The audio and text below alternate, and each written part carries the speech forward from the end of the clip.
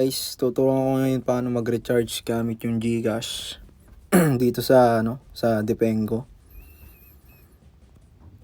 Ito, magre-recharge tayo ngayon. Ito tong word 699. Click nyo lang to guys. Then importante meron kayong sa App Store or Play Store nyo dapat naka-manage na. Sa akin gamit ko kasi ngayon GCash payment method. So yun, i-avail natin tong 699 guys. Then click lang natin. Tapos double click to pay.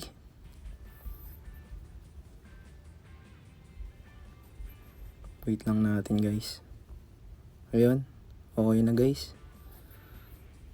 Ayun, pumasok na yung ating gems para sa in-game natin. Makabili tayo ng chess. Yun lang guys, sana may natutunan po kayo. Thank you.